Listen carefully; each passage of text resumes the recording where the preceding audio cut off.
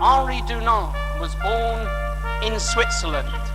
He went on to become a successful businessman. Nothing too remarkable in that, you may think. What is remarkable, however, is that it was Henri Dunant who went on to begin the International Red Cross. But let our friends from the Nottingham and Derby District tell the full story as they put a cross of comfort.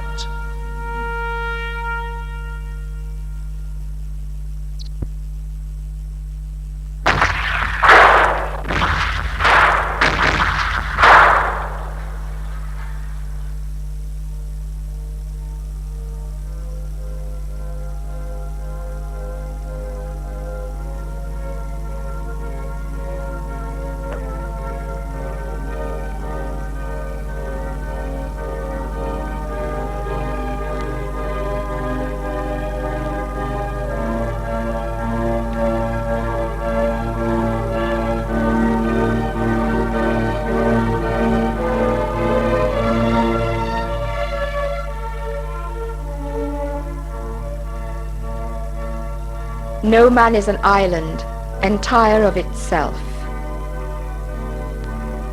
Solferino, Italy, 24th of June, 1859. Every man is a piece of the continent, a part of the main. Second War of Italian Independence.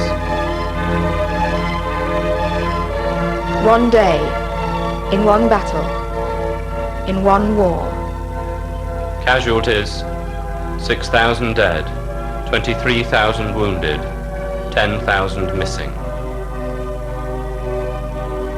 Any man's death diminishes me, because I am involved in mankind.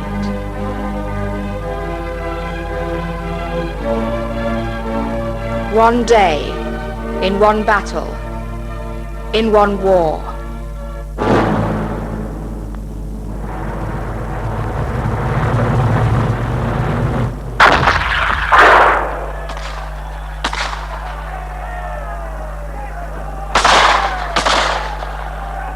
This battle and its aftermath was observed in all its horror by a traveller, Henri Dunant.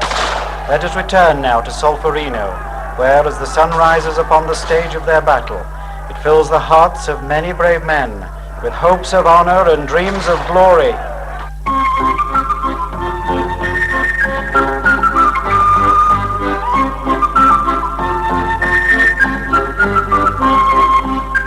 The standard of Napoleon III, Emperor of France.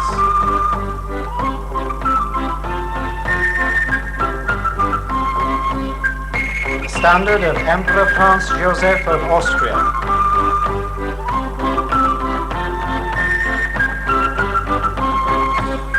And the men of the two sides.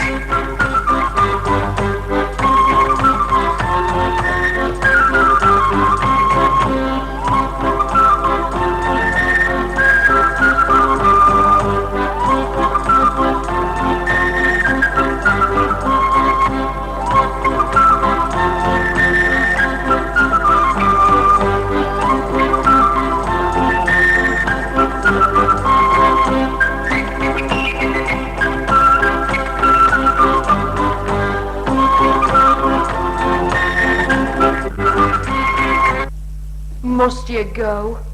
I have no choice but to leave you and the children. I leave behind the three souls most dear to me in all the world, but before me stands the honour of France.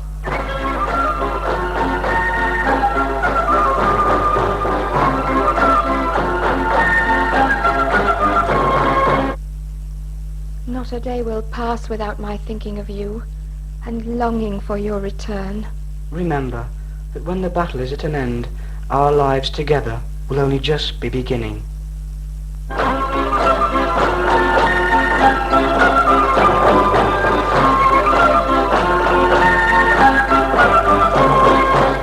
Dad, Mum, the soldiers have set up a recruiting office in the town square and they're signing up men and giving them a silver shilling. Can I go, Mum? Dad, can I? Whatever are you talking about? They don't want 13-year-old boys in the army. What good would you be? I could play the drums, They have drummer boys in all the regiments. They don't have to fight, but they get paid and fed in a uniform with a plume in their helmet. Well, you're not going. No, you're not. We need you at home. Besides, you're too young to go to war. Now go to bed and dream of battles. Good night, Mum.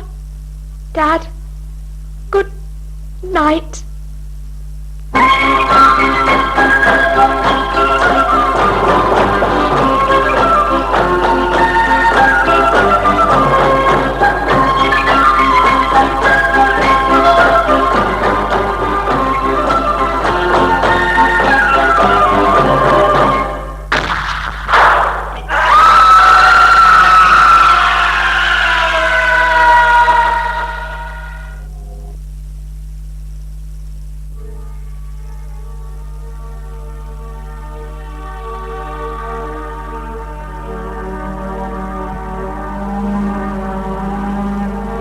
The battle ended towards evening as the Austrians withdrew from the field.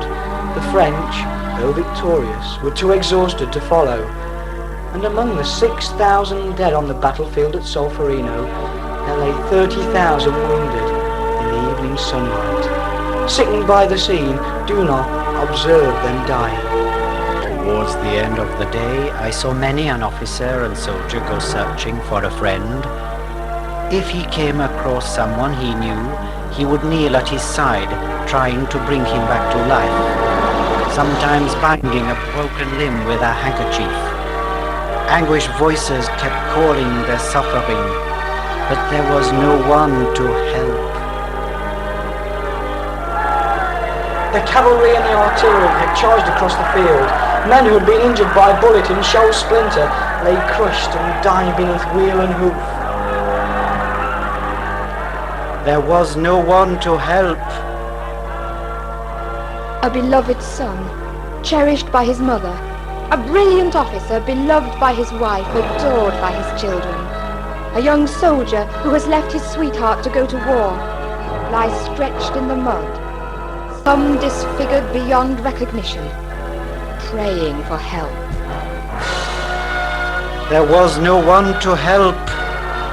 There was help, but it was painfully inadequate and cruelly slow to materialize. There was water and food, but still men died of hunger and thirst. There was lint, but not enough hands to dress the wounds. Dunant saw the need, felt the suffering, and committed his life to its relief. Somehow or other, a volunteer service had to be organized. I sought to organize relief as best I could.